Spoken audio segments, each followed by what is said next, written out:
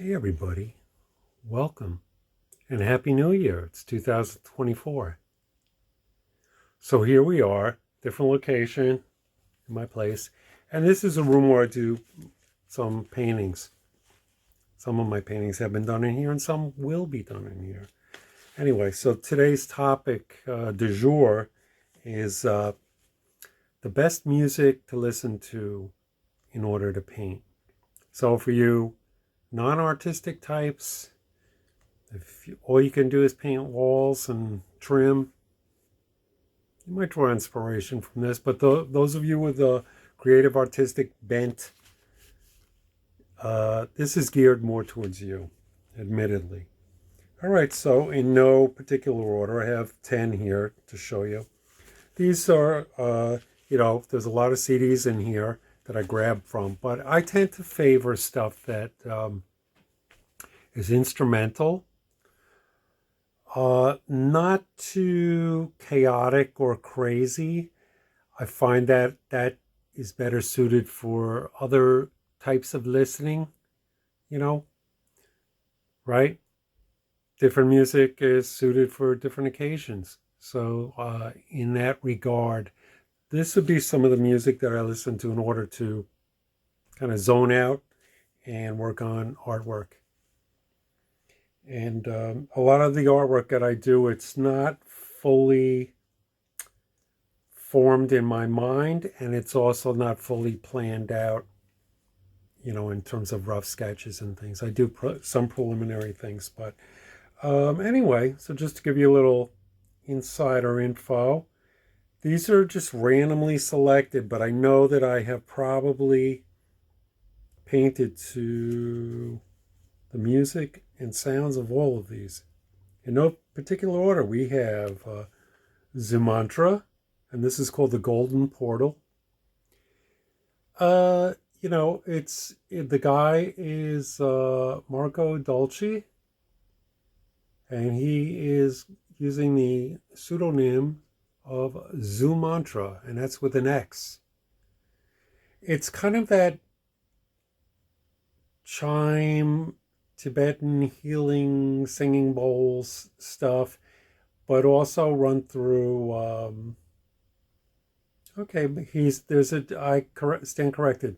There's a disclaimer: no synthesizer samples or loops or machine-generated sequences. Okay, very soothing.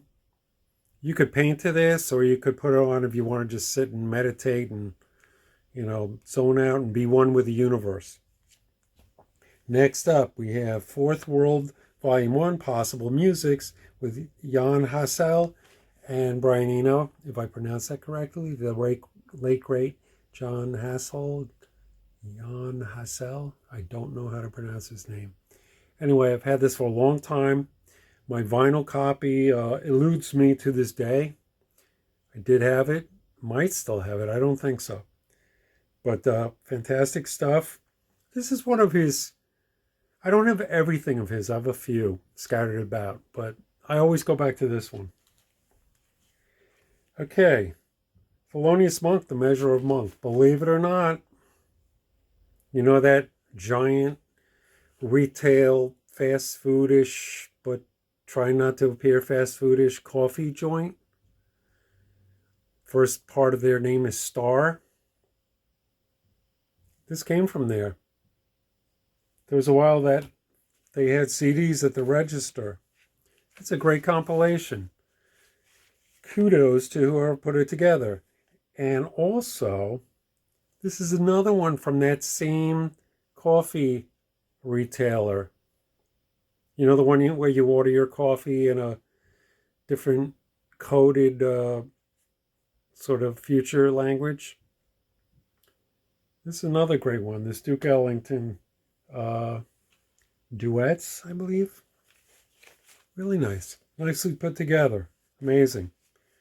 And then we have more Eno in a way. This is the Hero Symphony by Philip Glass, with input, I suppose, on a certain level from Bowie and Eno, because they're both around when this came out. And they're all pictured on the inside. The Hero Symphony. This is great. Great to listen to. Great to paint to. moving right along, we have Bill Nelson. And this is a pseudonym that he put out a few things under. It's no big secret who it was.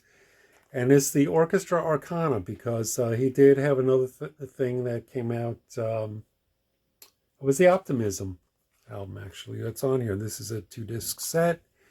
The Optimism album had his name front and center, so there's no mistaking it for another musician.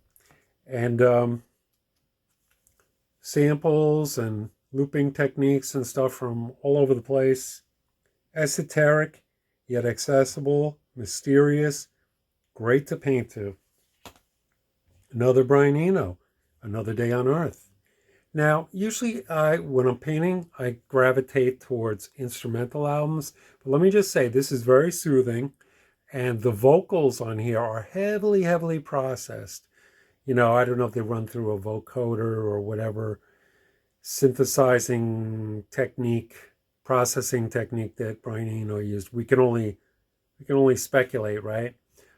But this is real good to paint to. Very ethereal. I can't think of my favorite tune on here. It might be Going Unconscious, track 4. Brilliant. Cal Tjader and Stan Getz Sextet. Nice stuff. I like to go back and forth between like jazz and ambient and electronic stuff. And that would lead me to the next one. This is the Biosphere Circa album. Cirque. This is very pleasant to listen to.